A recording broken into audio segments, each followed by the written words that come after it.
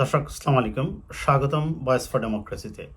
দর্শক, বিএনপির জাতীয় অক্ষের ডাক এবং সরকারের সম্রাট সম্রাজ্ঞীদের স্টাইলে মধ্যযুগীয় শাসন ব্যবস্থা।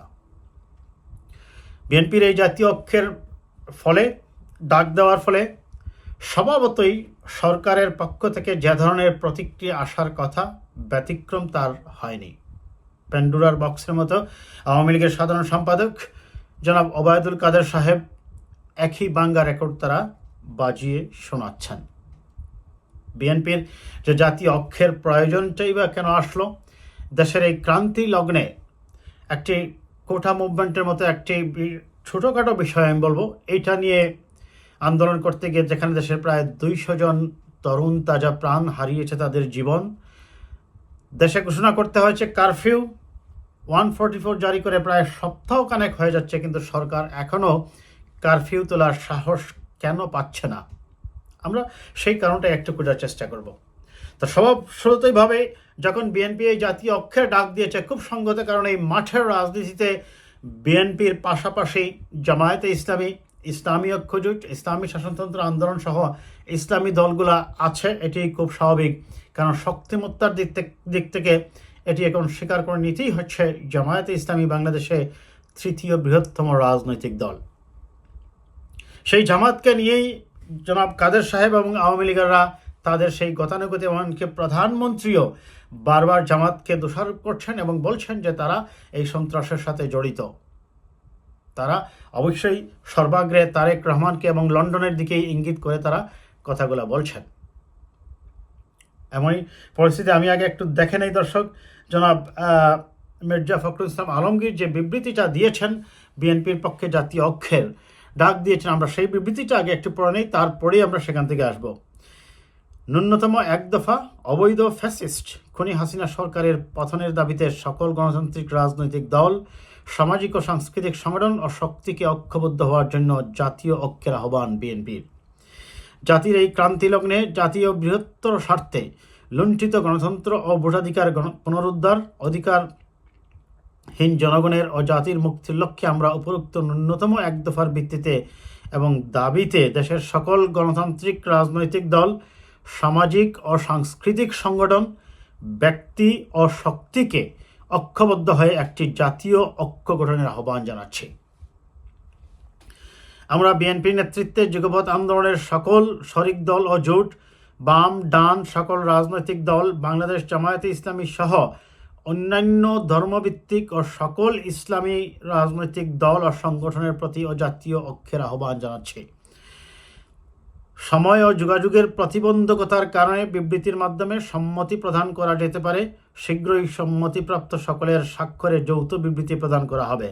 জাতীয় অক্ষের এই ঐতিহাসিক ঘোষণা ও দলিল দেশ ও জাতির মুক্তির ত্বরান্বিত করবে ইনশাআল্লাহ। সিগনেচার করেছেন মির্জা ফখরুল ইসলাম আলমগীর, মহাসচিব, বাংলাদেশ জাতীয়তাবাদী দল বিএনপি।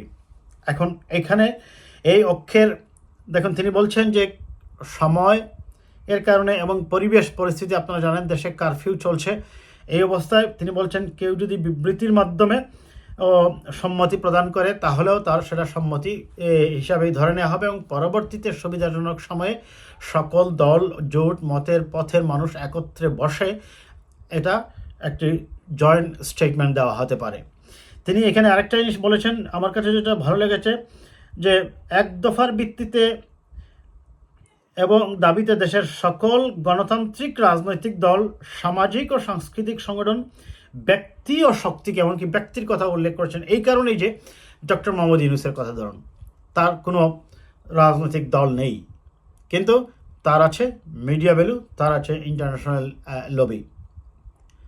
এবং তিনি বেশ কয়েকদিন থেকে আপনারা জানেন ডক্টর ইউনূস আহমদ বেশ শক্ত ভাষায় সরকারের এই অন্যায়, অত্যাচার এবং জুলুমের বিরুদ্ধে কথাই বলে যাচ্ছেন। এমনকি সর্বশেষ তার যে আহ্বানটা ছিল সেটা ছিল যে সরকারের পরিবর্তনই প্রয়োজন এবং সেখানে একটি অবাধ নিরপেক্ষ নির্বাচনের কথাও তিনি বলেছেন। যাই হোক, যেটা নিয়ে সরকার এবং সরকারি ঘরানার মানুষের তাদের যে অ্যালার্জি, যদি আমি বলি শব্দটা, তাদের যে বারবার তারা যেটা বলেন সেটা হচ্ছে যে জামায়াতের সাথে অক্ষম। জামায়াতে ইসলামের রাজনীতি সম্পর্কে আমি একটু বলতে চাই। ইয়াস, ৭১-এর মুক্তিযুদ্ধকালীন সময়ে জামায়াতে ইসলামের বা মুসলিম লীগের ওই সময়কার তাদের ফিলোসফি ছিল আমরা পাকিস্তানের সাথে পৃথক না হয়ে এক হয়ে থাকলেই ভালো। তাদের সেই যুক্তির বাস্তবতা কিছুটা এখন আমাদের জাতীয় সমাজে আমরা দেখতে পাচ্ছি। আমরা আমাদের দেশের সভ্যতা সংস্কৃতিকে ধ্বংস করে বিজাতীয় সংস্কৃতিকে আজকে আওয়ামী লীগ এবং শেখ হাসিনা পরিবার যেভাবে জাতিসত্তাকে ধ্বংস করছেন, তাদের সেই যুক্তিটা কতটুকু গ্রহণযোগ্য ছিল না ছিল সেটা অবশ্যই ব্যাপকভাবে আলোচনার দাবি রাখে। তবে এখন যেহেতু স্বাধীনতা আজকে 52 বছর হয়ে গেছে, এখন এইটা নিয়ে আর কোনো প্রয়োজন আছে বলে আমি মনে করি না বিশ্লেষণের। কারণ এখন কখনো কোনোভাবেই বাংলাদেশ তো আর পাকিস্তানের সাথে মিশে যাচ্ছে না। তাদের সিদ্ধান্ত ছিল এক থাকার, বা তাদের অনেক নেতাদের বিরুদ্ধে অনেক ধরনের অভিযোগও ছিল, অনেকের বিচারও হয়েছে।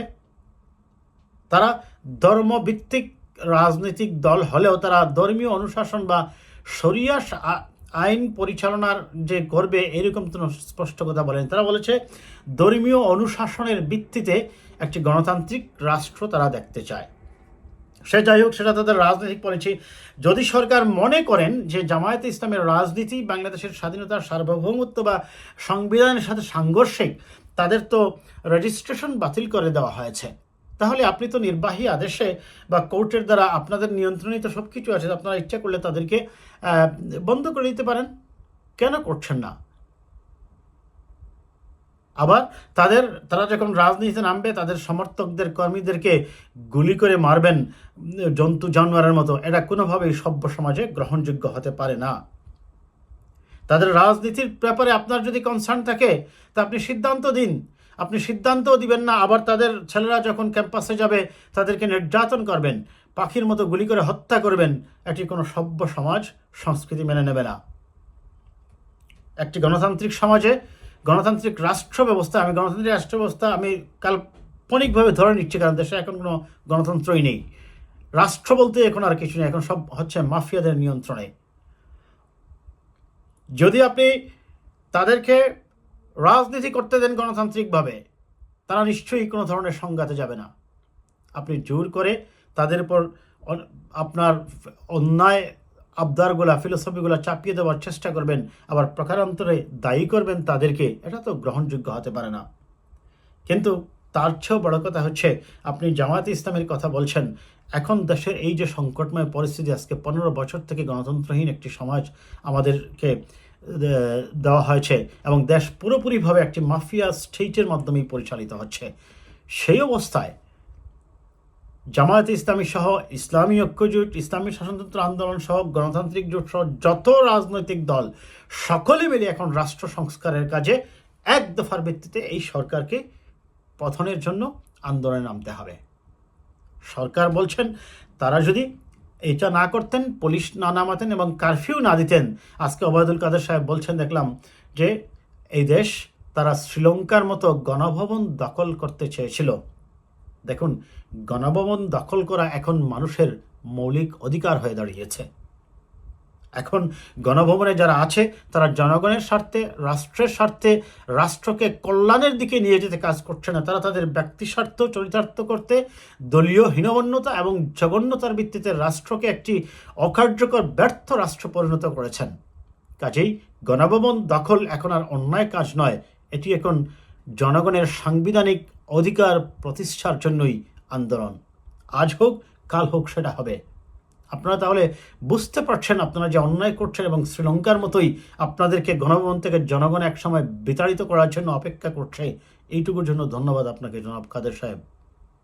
কাজেই জামাতের সাথে সখ্যতা আছে কি নেই সেটার চেয়ে বড় কথা হচ্ছে গণতন্ত্র ফিরিয়ে আনার জন্য সকল মত পথের মানুষের ঐক্যবদ্ধ হয়ে, ইনক্লুডিং জামায়াতে ইসলামী, ইসলামী ঐক্যজোট, ইসলামী শাসনতন্ত্র আন্দোলন, এমনকি কেউ আমি বলছি, এমনকি সাংস্কৃতিক সংগঠনগুলা, অরাজনৈতিক সংগঠনগুলা, সামাজিক সংগঠনগুলা সকলেরই ঐক্যবদ্ধ হয়ে এই সরকারের অবৈধ ফ্যাসিবাদের বিরুদ্ধে আওয়াজ তোলা উচিত।